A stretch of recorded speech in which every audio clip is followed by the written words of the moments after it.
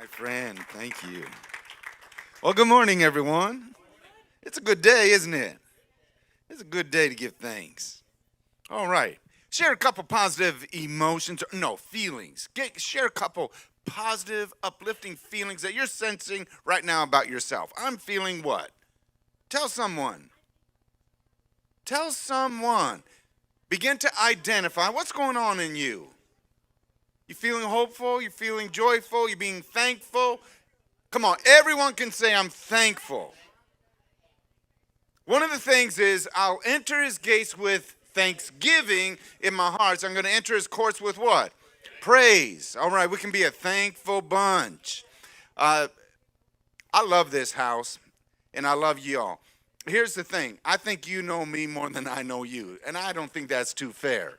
So let's change that, all right? I'm going to make a much more intentional effort to get to know each and every one of you. This is a great place to belong. Don't tell me, tell your neighbor. This is a good place to belong. You know why? Because we encounter God here, don't we? You see, we encounter God. It's a good place to belong. What else happens here? We get to live transformed. We get to experience new, never seen before. Isn't that exciting? All right. How many are looking forward to 2021? All right. Don't waste today. Don't waste today just in anticipation. Boy, I just can't wait till this is over with. Okay? You know, today is your gift. This is all that we have. The gift of the present. Imagine what is happening today. The gift of the present. This is all that we have. And I recognize that we all have a rearview mirror, don't we? When you look in the rearview mirror, what do you see? You know, there's all kinds of things that you can see. There's different things, you know, that other people see. They see differently than what you see. And this has just been a new thought for me this week, actually, with regards to kind of taking a look in my rearview mirror. Because I tend to be a pretty happy guy with my past. I really am. I like it. And you know what? I'd like it to continue. Therefore, I want to conserve what was and bring it into what is. But others look in their rearview mirror and they're like, don't want that again. I want that to be done and over. We need to bring some change and we need to progress real quick. Okay? All of a sudden, we got a different perspective. All because of what was. So what I want you to be able to do is that when you look into the rearview mirror of your life, because Audrey and I, we spend a lot of time helping people, just loving people. This is what we get to do. But what happens is that we want to help them to better not just articulate, but even craft their story. See, a lot of people, they'll articulate, oh, it's just the story of my life. It's just the story of my life. Has anyone ever said that? Has anyone ever felt that before? Have you heard it? Yeah, it's just the story of my life. Just the story of my life. Well, I think God can change that story if it's a negative. But as well, even if it's a positive, I believe that he can bring growth to it, to that it can even be better for others. But if you look back in the rearview mirror of your life and there's some painful spots, I want you to begin to recognize that today can be a day that you can embrace the pain and bring the mercy of God and bring a healing to it. Because the facts of life, they is what they is. It happened. It was said. Can't change it. But the significance and the influence and the effect that it has on your life in creating your story, that's your choice. So you, if you're looking in the rearview mirror of your life and there's a lot of pain, I want you to be able to visit those with Jesus, to embrace it and cool that hot spot with his mercy. Wouldn't that be cool? Seriously, because I don't want my negative past to be the driving force that influences and determines my future. Okay? So, I believe that we, as the people of God, okay, I think one of our most primary messages, this is what I hear from Pastor Ben and Pastor Kara and so many others, Nick, everyone else, people that share. A message of the house is simply this: put your hope in God. Put your hope in God. Exclamation point. Okay? Don't put your hope anywhere else, but I want you to begin to put your hope in God. A lot of people put hope in hope. In what do they live? Highly disappointed. Because it's just simply hope in hope. Now, I better get to my notes because I got 8 pages. All right? I know y'all want to beat the Baptist to the buffet, but unless I get through my 8 pages, you ain't going nowhere. All right. Hope in God. Are you ready for this? Esperanza en Dios. Did I do okay? Pastor. Esperanza en Dios. Hope in God. Did I do all right? Yeah, Google Translate. Yeah, Ben had to look it up. Yeah, you're good. Yeah, was that Spanish? I looked it up first in Portuguese, and it was like, a little more. Okay, Esperanza en Dios. Put your hope in God. So hope changes the story of my life. Hope will begin to change the story of your life. So when you take a look at the facts of your life, when you take a look at the meaning and the significance and value that you've attached to those events, hope will begin to be able to help you break the cycle of your life and be able to help lead you into new beginnings. One of my big verses has always been Proverbs 13:12. Hope deferred makes the heart sick, but when dreams are realized, you experience both life and joy. Therefore, you are designed by God to live with answered prayer. Today, I want to invite you to reignite dream, to reignite your imagination, to be able to reignite hope. But it's a hope that is in God, not a hope in myself, not a hope in my abilities, not a hope in my pastor, not a hope in my church, not a hope in my government, but a hope that is in God who does not disappoint. Okay, I got it from the front row. Listen, hope is what keeps you moving. What would be the opposite of hope? Hopelessness. Exactly, Nick. It's despair. Despair is a horrible emotion and so devastating when it moves into an abiding feeling where all of a sudden, because this is where, for Audrey and I, in helping marriages, when they hit the place of despair and then it crosses over into a place of indifference, it's near impossible. I know that with God all things are possible, but dear Jesus, I need him really bad here.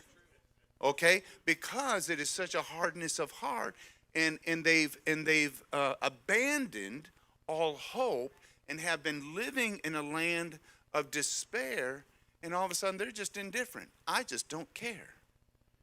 You see, we need hope. Hope keeps you moving. Listen, poke your neighbor, just say, you know what? Hope in God, because we're going to keep moving. We're going to keep moving. Fight to maintain hope. I believe that this should be a part of your daily lifestyle and routine. Just simply this. Just check your pulse and just begin to say, okay, how hopeful am I? Am I anticipating a good outcome here? Am I connected to a life source greater than myself? See, where is my hope? Am I allowing circumstances? Am I allowing the dictates of my past?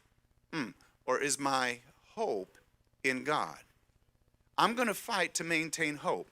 Today's a very important day because we will choose. You have this choice. Where will you place your hope? Or will you squander your hope? But I'm inviting you, recognize that you have a will and you have a choice, and you can begin to place that hope in God. All right?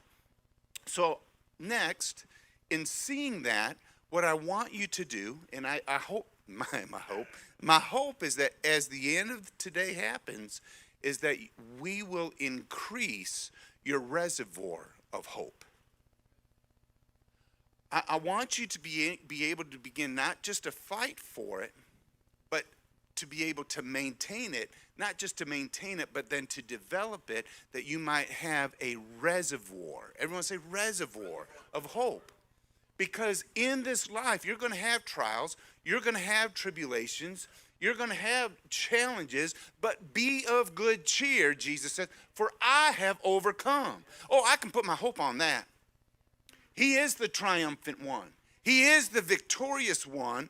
Therefore, I'm going to build a reservoir of hope so when challenges come my way, I just dip in. I just dip in because I'm not in lack. Everyone say, I'm not in lack. So I'm going to build a reservoir of hope. So when it comes to forgiveness, as people of God, we are typically to do two things in this world, all right? As children of God, we're to do basically two things. Number one is what? Love God and love others. Perfect. Done. We can dismiss. Amen. Amen. Just go and do it. Go get great. You cannot over-exaggerate your love for God, okay? All right. You cannot. You cannot over-exaggerate your love for one another. All right, here we go. Love God, love others.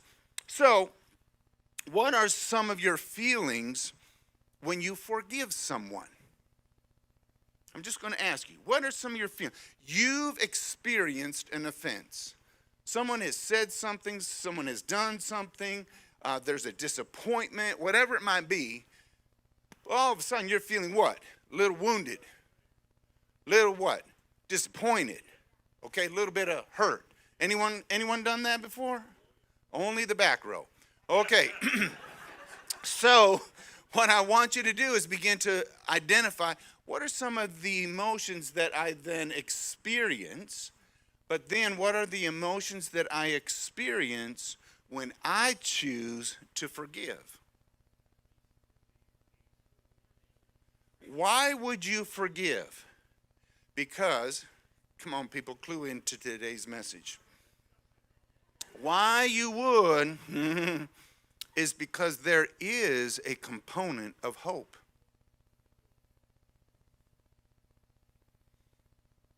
Things can be different.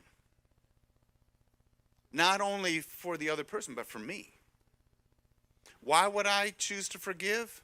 Because harboring this resentment, harboring this bitterness isn't going to serve me very well. Therefore, I have an element of hope that I can trust God because I put my hope in God. It's better for me that I forgive than not. As well, what happens is that hope comes along and it empowers my life.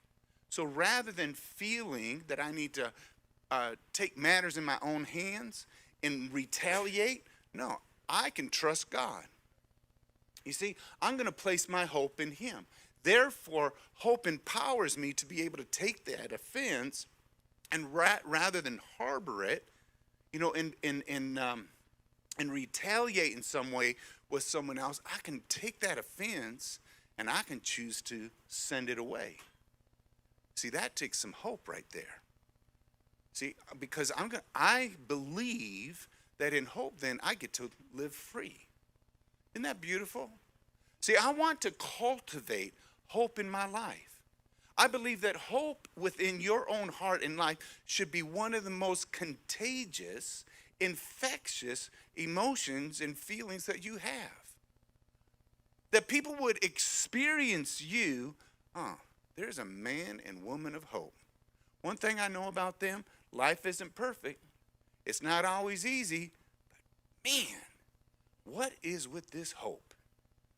You see, because it's not a hope in hope, and it's not a hope in circumstances, but rather what? A hope in God. Everyone say, I hope in God. I do. Every day, I hope in God. Not just in the day, in the moment by moment. I hope in God. Are you catching it? Okay, I haven't even gotten through page 1. All right. It gives me emotional strength. Where there is no hope, there is no power. We all have plans, and it's hope that helps bring that enablement and that empowerment, that anticipation that these plans could actually become a reality.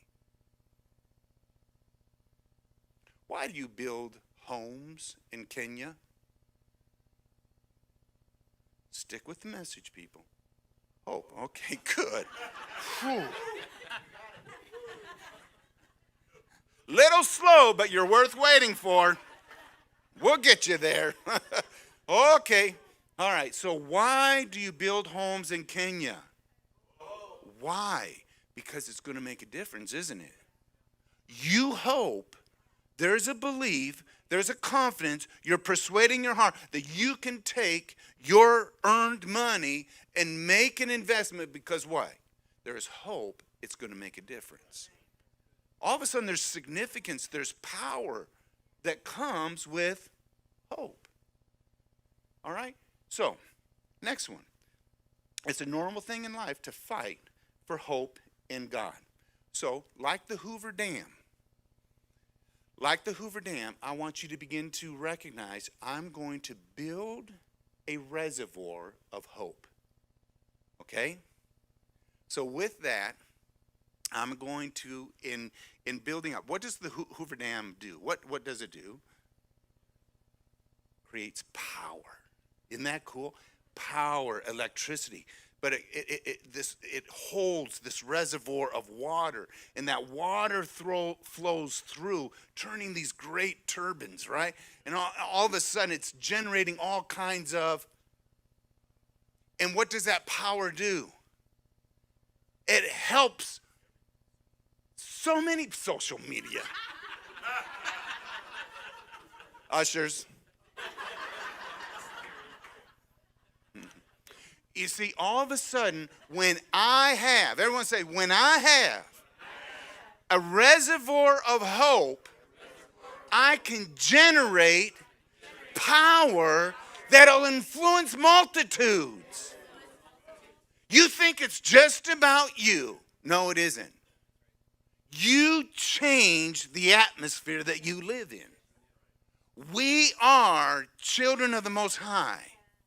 And we are agents of bringing heaven on earth. Where you go, you influence, you bring a change. Well, why not bring an atmosphere of hope in God? Why not? I won't jump ahead. Hope in God, everyone. You ready? I'm going to hope in God. So like the Hoover Dam, I'm going to build a reservoir of hope. It's going to generate power, and it will energize others. Husbands and wives. Husbands and wives. I got the cutest one. I got the best one. I feel sorry for you. I got the best. But she knows when I'm deficient of hope. She knows when I'm sucking wind and things aren't going too well. And it affects the dynamics. So I just want you to begin to recognize that I have a choice. And in my choice, I'm going to choose to have hope in God. And in doing so, it will begin to change our relationship.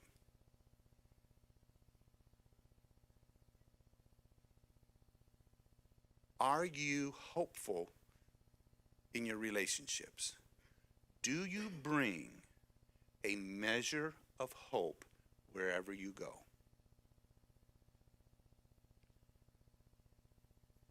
Or do you just want to talk about your day? Oh, really? That's all you got? Let me tell you my story. Every culture answers this simple question. Not simple, really. Why life isn't pointless. Everyone wants to answer that question because then it brings significance and value to me and to what I do. Therefore, life, what we do, what we say, our employment, what we create, all of it, what has meaning. It has value. It's not pointless.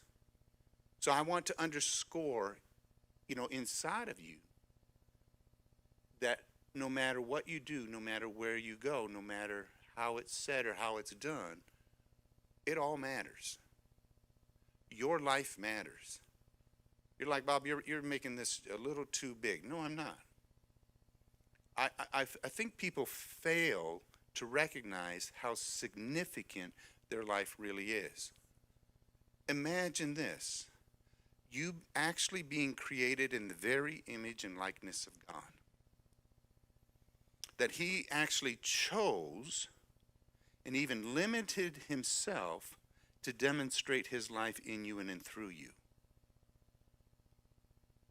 I just want to elevate the significance of your relationship with God, because he is what?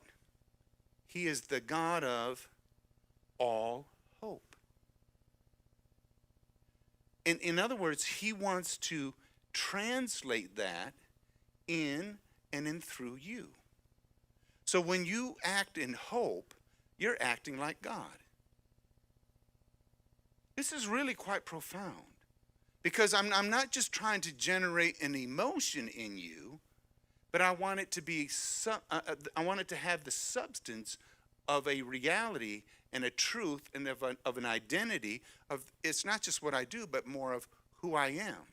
So when I am hopeful, I'm acting like the real me. I'm not faking it. I'm not putting it on. No, this is how I am designed. This is how he has crafted. This is how he has made me. He is the God of all hope. Therefore, I am a man and woman of hope. Okay. What is hope? Let's get to that. You're all ready for this? What is hope? I have Audrey and I, there's something that over the years, has just kind of evolved, a little bit by little bit. And I was just jacked up and really encouraged by the weekend with Steve Backlund here.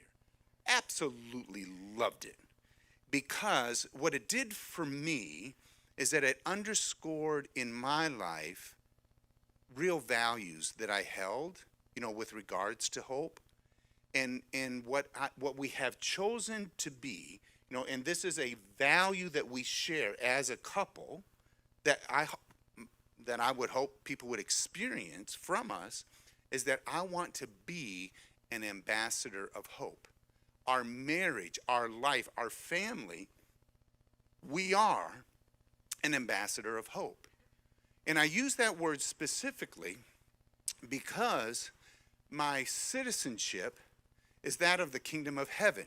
My residence might be North Phoenix, but my citizenship is of heaven. And as an ambassador, all that I need is cared for. I lack nothing. Say, I lack nothing. We've done that twice now. All right, are you catching it?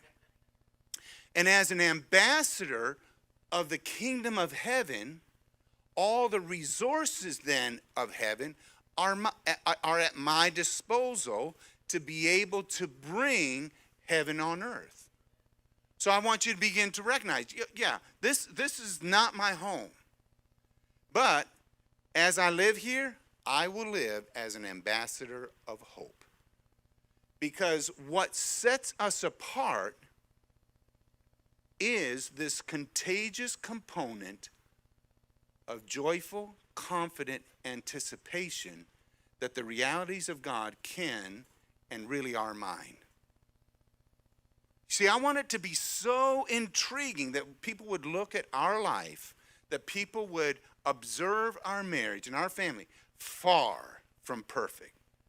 However, they recognize that there is a hope that we have anchored in God that draws us into His preferred future for my life.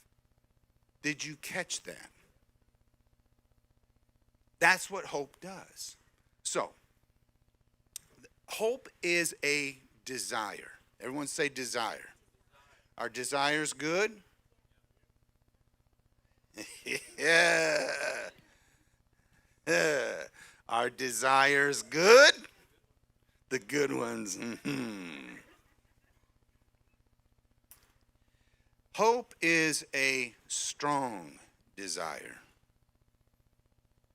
Hope is an expectation of that desire becoming a reality. Are you tracking with me? Okay, let me give you an illustration. Two people, they're hired on for the identical job. However, they are each placed in adjoining rooms, but separated from each other, okay? But every day they've agreed in this job to do this job for the next year, okay? You're with me. So one person is in room A, another person is in room B. The employer comes around to room A and says, hey, all I want you to do for the next year is to take these two parts like an assembly line and just keep connecting them together, piece after piece, just day after day. Agree? Yes. At the end of the year, I will pay you $10,000. Y'all in on that? Okay. Room B, identical room, same task. All I want you to do day after day is connect these two pieces together like an assembly line, day after day, an 8-hour day, Monday through Friday. Okay, that's all. This is all I'm asking you to do. You know what? He says, at the end of a year, I'm going to pay you $1 million. Okay, I didn't get that response at the 10 grand. So it's an identical task. And what happens is that the two men take a lunch break and they sit down. They sit down. And then one of them's like, isn't this awesome? I just love my job.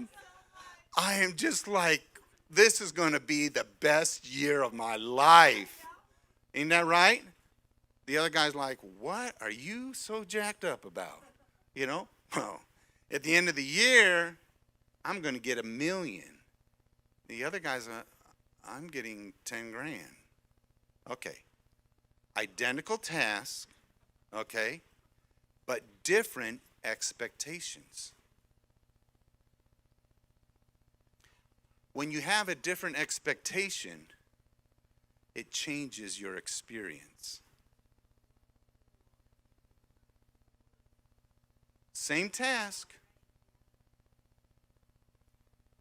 but when you have a different expectation, it will change your experience.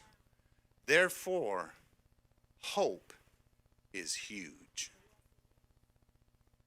Again, not a hope in hope, but a hope in God. Tell your neighbor, no lack in my life. No hope. You see, beliefs about the future radically influence the present. That's my quote. Beliefs about the future radically. See, that one touched my heart right there. You need to write this one down. Beliefs about the future radically influence the present.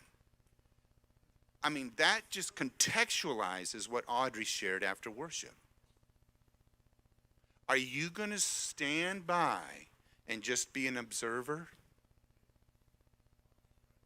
Or do you recognize the significance of who you really are and who He is in you? Have you anchored your hope in God that heaven's realities would be experienced on earth? In other words, your hope matters. It's normal life to fight for hope in God. You like that, Audrey? Okay. Thank you, baby. Good, good. So let's take a look at further definitions of hope, because there's a concept. Because when you really want something, when there is that strong desire for something, it's typically a desire or a want that is in the future. Okay? If it's hope, it has not yet been experienced, has not been yet realized. I haven't seen it yet. Okay? So it's that hope that is in the future. But worldly hope attaches it to a sense of uncertainty. So when you talk hope with anyone else, okay, it's kind of like they just got their fingers crossed. You know, it's kind of like, I sure hope so. You know, like for us, I hope it rains. Other places, it's like, hope it doesn't rain, you know. But again, that kind of hope is a hope that's placed in hope. And it's always linked to a sense of uncertainty that I believe comes from a limiting belief in the heart that's attached to lack. See, my question is God really enough? That's a big question. Is He really enough? Because if it's true, then you can throw your anchor and anchor in Him, and He is your hope. If not, let me try and figure things out myself first. You know, I've been this way and it didn't work, but I got another idea. I got another solution. Possibly this will be. And all of a sudden you find yourself in this what? This cycle. And all of a sudden, oh, here we go again. Oh, it's the story of my life. So, I want you to begin to recognize that godly hope, biblical hope, has no sense of lack. That God is absolutely enough. And as well, there is no uncertainty. It is the confident, joyful anticipation that the very promises of God can and will become your reality. There is that certainty. Okay, so confident expectation and desire. So I want to talk about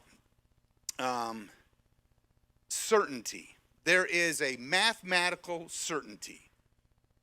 Okay? 2 apples plus 2 apples is what? What? You guys are real strong. When it comes to mathematical certainty, Ben, this house, they got it. Okay? No, but that's one that we're so familiar with, isn't it? It's just the way it is. 2 and 2 is 4. Okay. You guys like, no, he ain't tricking me on this one. You know what I mean? Okay. So that is mathematical certainty. All right? Then the next one that we have is called logical certainty. Okay? Now with logical certainty, kind of like in the human race, we all die. Therefore, it makes logical sense that Plato died. Logical certainty. Okay, so you can attach logic to it? Yeah, pretty certain. Yep, that's what would happen. Logical certainty. The third one is moral certainty. Aha.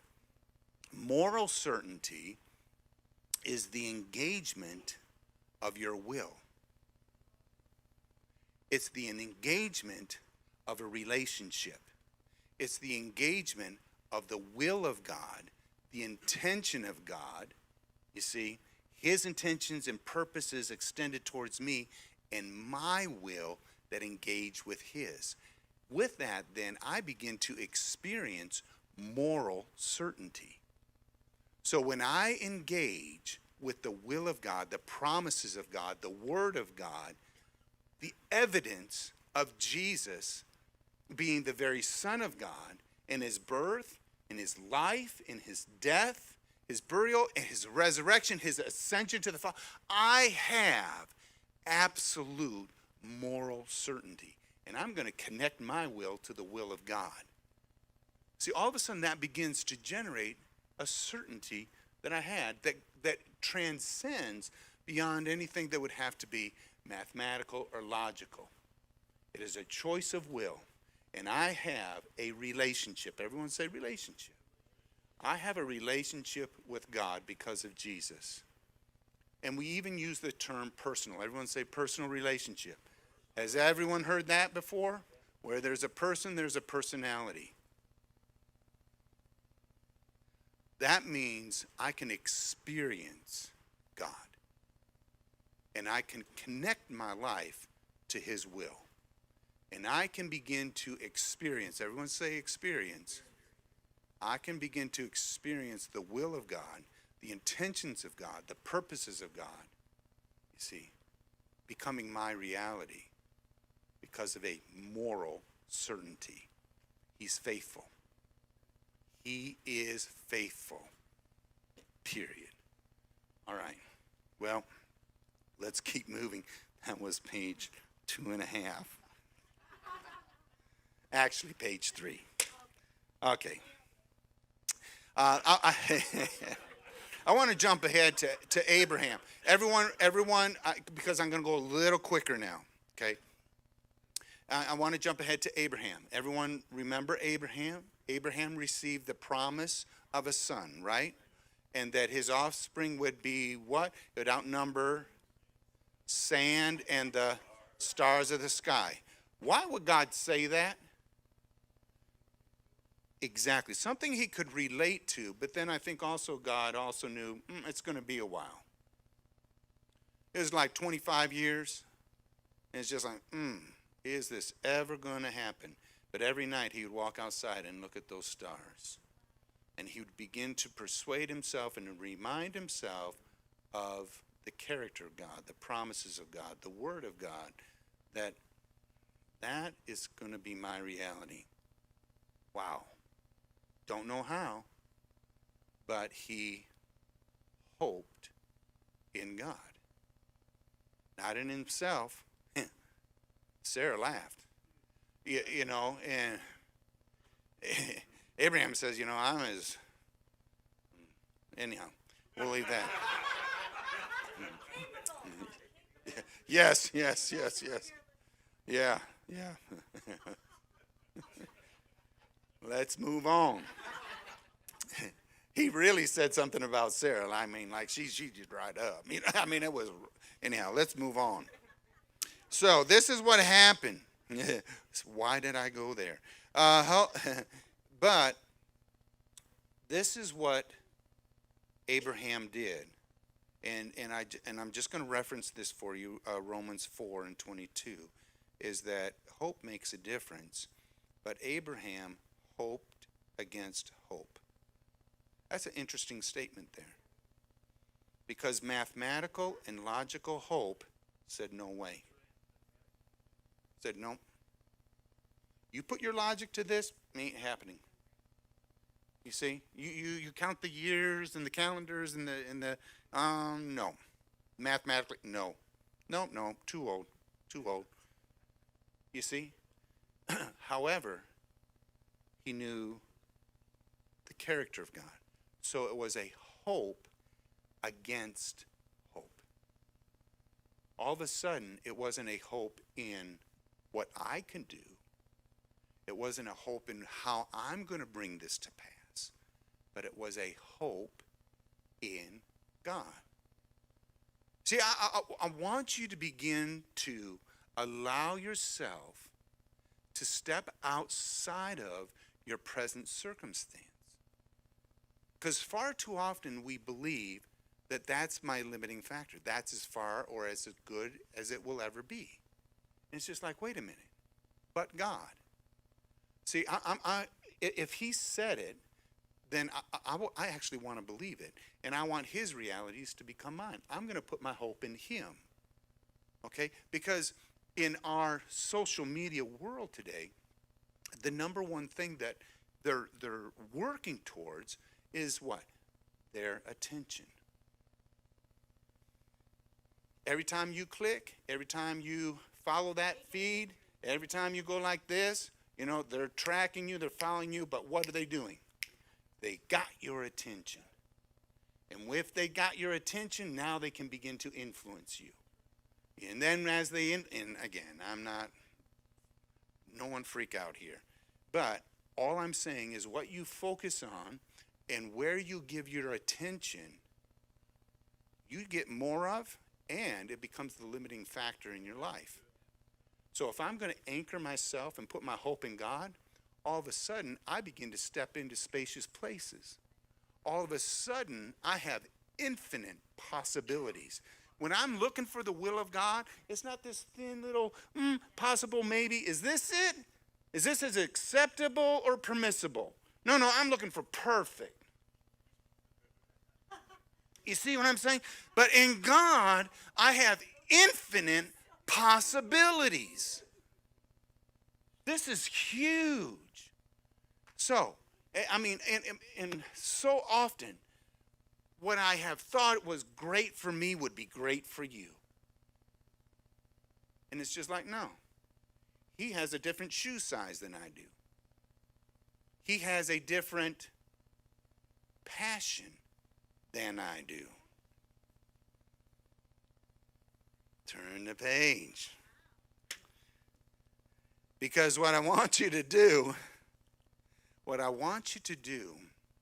is to be able to sustain hope. It's I feel for this house. I want hope to be a characteristic that identifies you. We're a people of hope. I want hope to be ignited, but now I want it to be sustained. So how do we sustain hope? I'm glad you asked. Because I believe that one of the key components in hope is passion. What is your passion? I have a 19-year-old at home, Robert. Other than video games, I don't see the passion. But you see, I keep digging and I keep probing and I keep, and this is, I don't want to say a danger, but this is what I'm experiencing in my work, is that people are deficient of hope because they're deficient of passion. So again, I want you to be able to sustain hope. Therefore, I want you to begin to identify, what is my passion? Is there a passion? And then in my passion, then what is it that ignites my imagination? What is it that ignites my dream? Okay? And as I was driving here, I was just, running through my notes, and I came upon this point, and I just thought, you know what? Who was the dreamer of the Bible? Joseph was. But what made it so different about Joseph against any other dream? What was unique in Joseph's life is that his father gave him what? A coat of many colors. Infinite possibilities. You're special. You're unique. You're set apart. Every day he'd wear that. all of a sudden, the dream, he began to meditate on it over and over again. He shared it with his brothers. No one else got super excited about it. But he had his code. You see, he had his father's approval.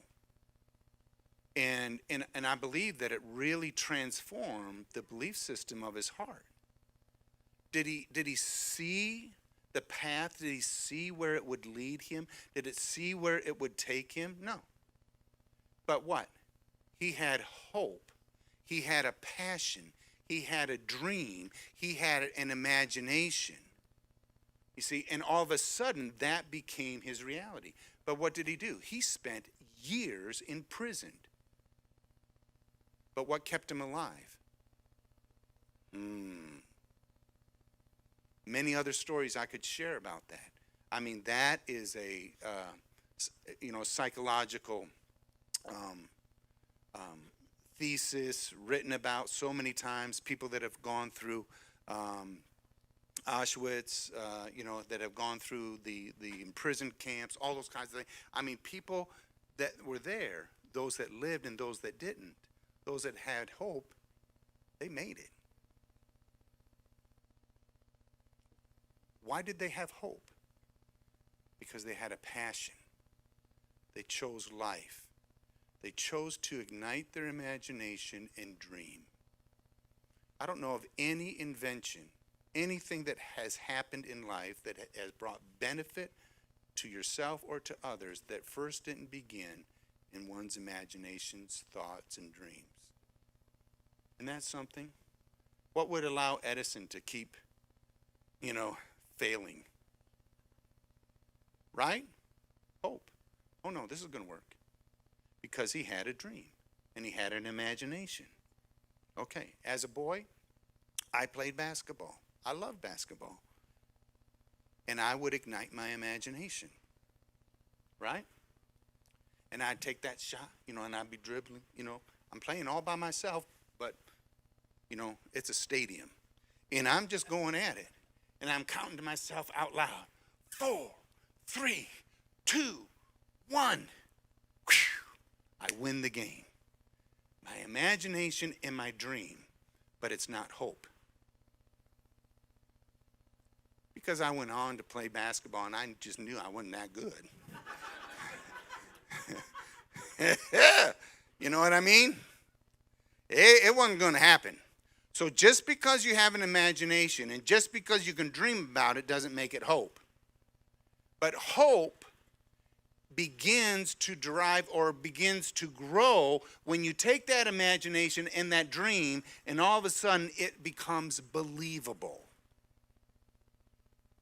All of a sudden it becomes a possibility.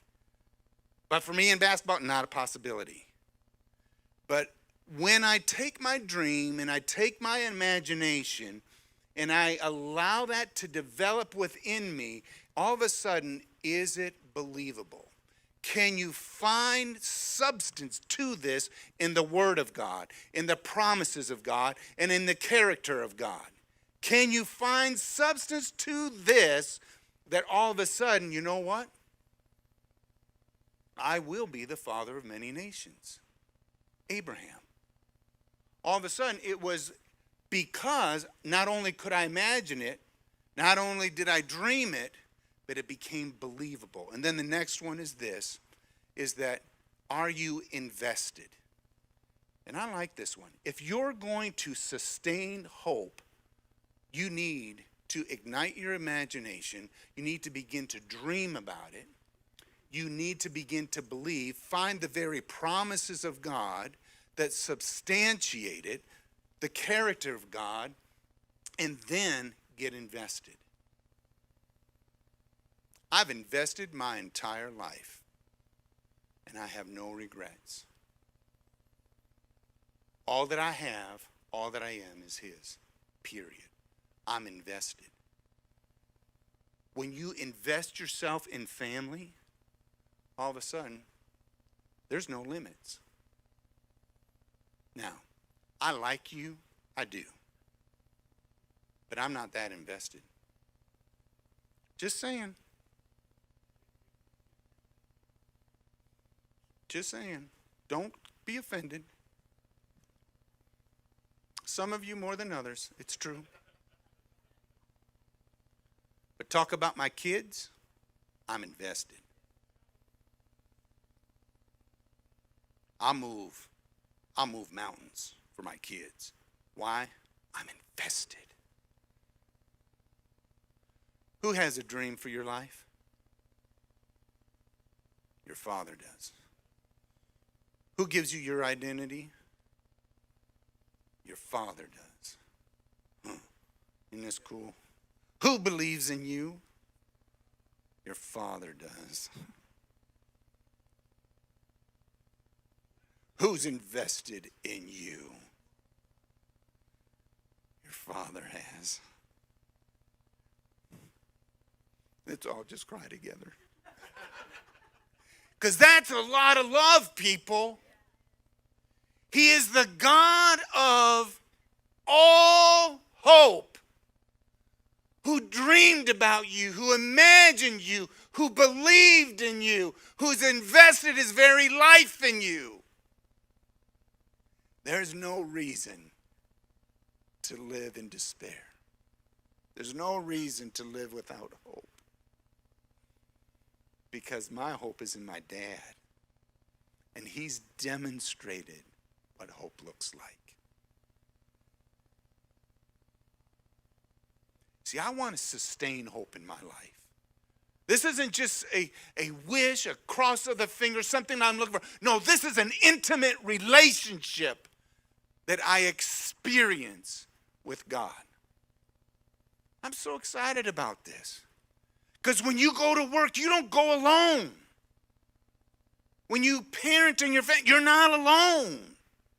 In this world, you're not alone.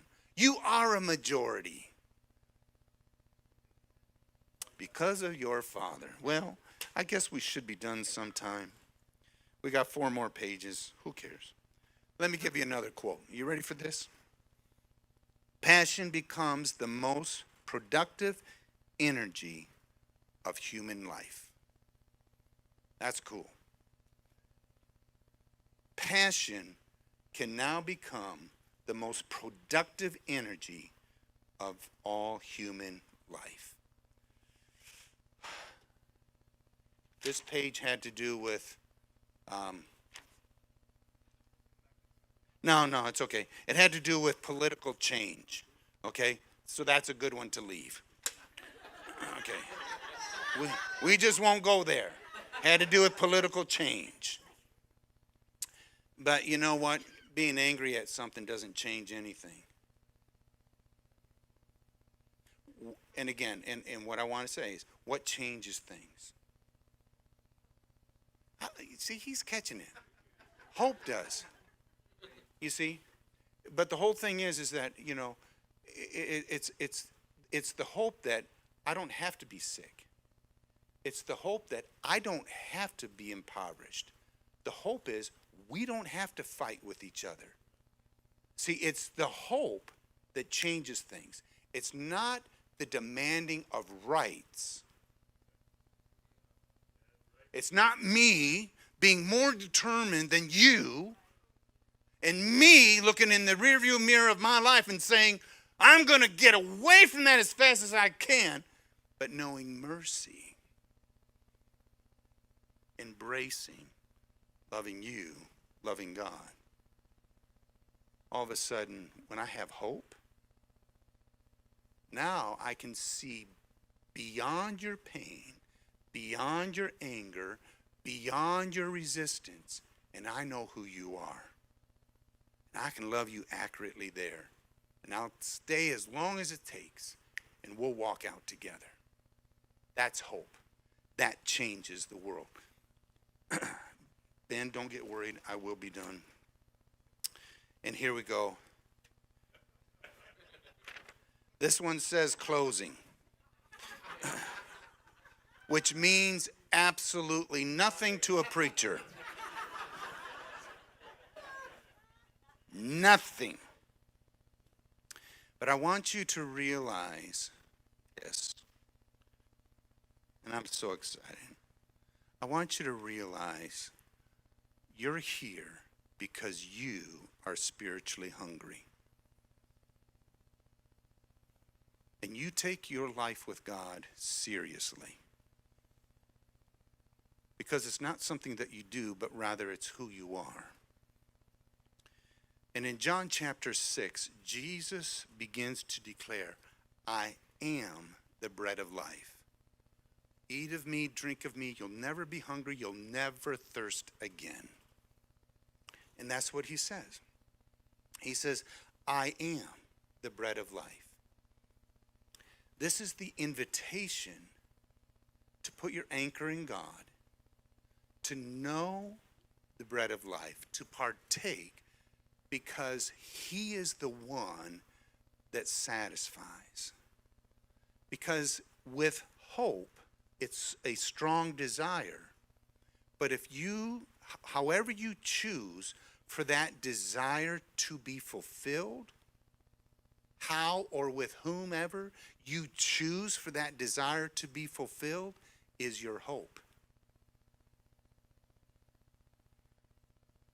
And Jesus says, eat of me, drink of me.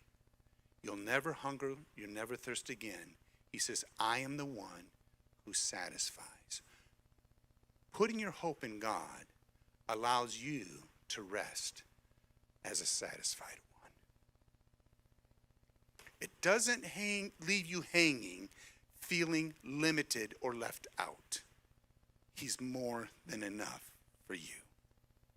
Isn't this fun? I have so much fun. Luke 9. I haven't preached for so long.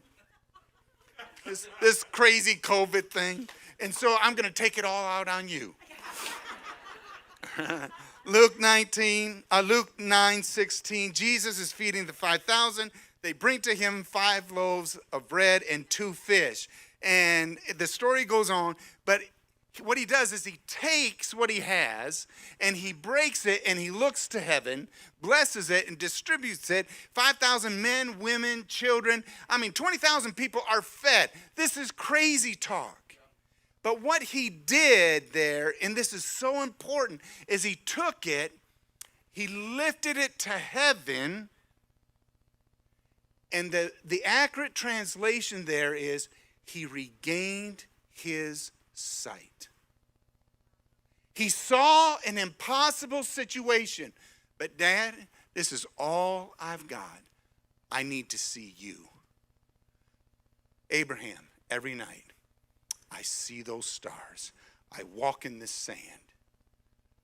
Put your hope in God and go feed the multitudes.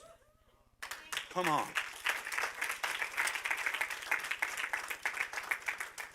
One last point, maybe. And again, it's Psalm 42, verse 5. Psalm 42, I could go through the whole thing verse by verse and help you out. Psalm 42, verse 5 says this. Why are you so downcast, O my soul? Why? Put your hope in God. Go out and preach to yourself. If you're having a hard time, hey, so what's going on? You have no reason to be downcast like this. Because our hope is in God, the maker of heaven and earth. Are you kidding me? Why so? Okay. So get good at preaching the gospel to yourself. And if you lose sight, look to heaven. Allow the Father to regain sight for you and feed the multitude. Amen. Hi, this is Pastor Ben Diaz. I want to thank you for watching our YouTube video, and I want to encourage you to like and subscribe to our YouTube channel so that you can receive notifications of the weekly videos that are uploaded. Also, if you have any questions or comments, please feel free to leave them in the videos. And if you would like to follow us on any other social media platform or go to our website, please see the description below where you can also find our mobile app. Thanks so much, and God bless you.